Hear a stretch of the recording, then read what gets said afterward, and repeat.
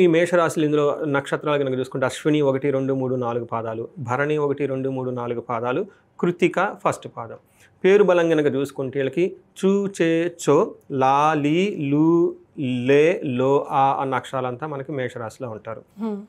మనం వీళ్ళకి సూక్ష్మ గోచారం లఘు గోచారం ప్రకారం చూసుకుంటే వీళ్ళకి ఎలా ఉండబోతుంది అని అంటే లాస్ట్ మంత్తో కంపేర్ చేస్తే కొంచెం బెటర్గా ఉంటుందండి వీళ్ళకి. ఎందుకంటే సూర్యుడు వీళ్ళకి 4th హౌస్లో ఉన్నారు. మిగతా గ్రహాలు కూడాను చాలా అనుకూలంగా ఉన్నాయి. మనం లాస్ట్ మంత్ కూడా ఇదే చెప్పుకున్నాము. వీళ్ళకి మానహాని అగౌరవం జరిగే సంఘటనలు ఎక్కువగా ఉంటాయి.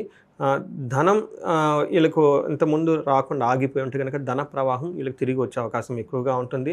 ధన ప్రాప్తి విత్త సిద్ధి, వీళ్ళకి ఏదైతే కొన్ని ఖర్చులకు సంబంధించిన ఫైనాన్షియల్ టార్గెట్స్ ఏమైనా ఉంటే అవి ఖచ్చితంగా నెరవేర్చుకొని ముందుకు వెళ్ళిపోతూ ఉంటారు.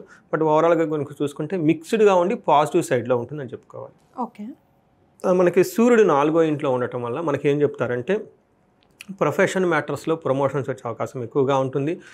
గుడ్ అచీవ్మెంట్ ఉంటుంది. ఇది మన లాస్ట్ మంత్ కూడా చెప్పుకున్నాం. అంటే లాస్ట్ మంత్తో కంపేర్ చేస్తే ఈ మంత్ ఇంకొంచెం బెటర్గా ఇంప్రూవ్మెంట్ అయితే ఖచ్చితంగా ఉంటుంది. పర్టికులర్గా ప్రొఫెషన్ రిలేటెడ్ మ్యాటర్స్లో మనం ఓవరాల్గా సన్ 4వ ఇంట్లో ఉండటం వల్ల ఏం చెప్తారంటే అంతఃక్లేశ గృహఛద్రం సౌఖ్యహాని మభోజనం ప్రయాణే విఘ్నమాప్నోతి చతుర్థే రవి సంయుతే అని మనకి సంస్కృతంలో మహర్షులు చెప్తారు.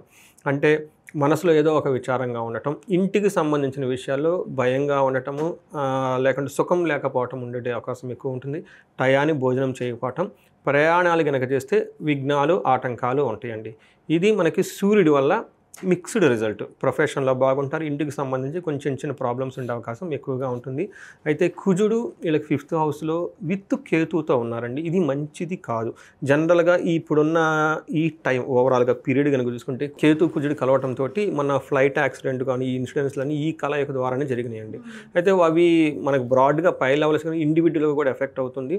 ఈ రాశి వాళ్ళకి మార్స్ తర్వాత వీళ్ళకి పిల్లల విషయంలో కొంచెం చాలా జాగ్రత్తగా ఉండాలి.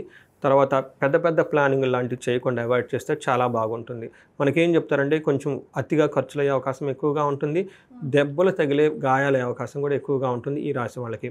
మనకి 5th హౌస్లో కేతు ప్లస్ కుజుడు ఇద్దరు కలిసి ఉండటంతో ఏమని చెప్తారంటే దేహజాడ్యం సంతాపకాలతిక్రమణ భోజనం దురితం కర్మలాభచ్చ. ఏదైనా కనుక పని చేస్తే అందులో సరిగ్గా రిజల్ట్ ఉండకపోవటము, టైం విడిచి టైం భోజనం చేయటము, ఈ విషయాలన్నీ ఎక్కువగా ఉండే అవకాశం ఎక్కువగా ఉంటుంది.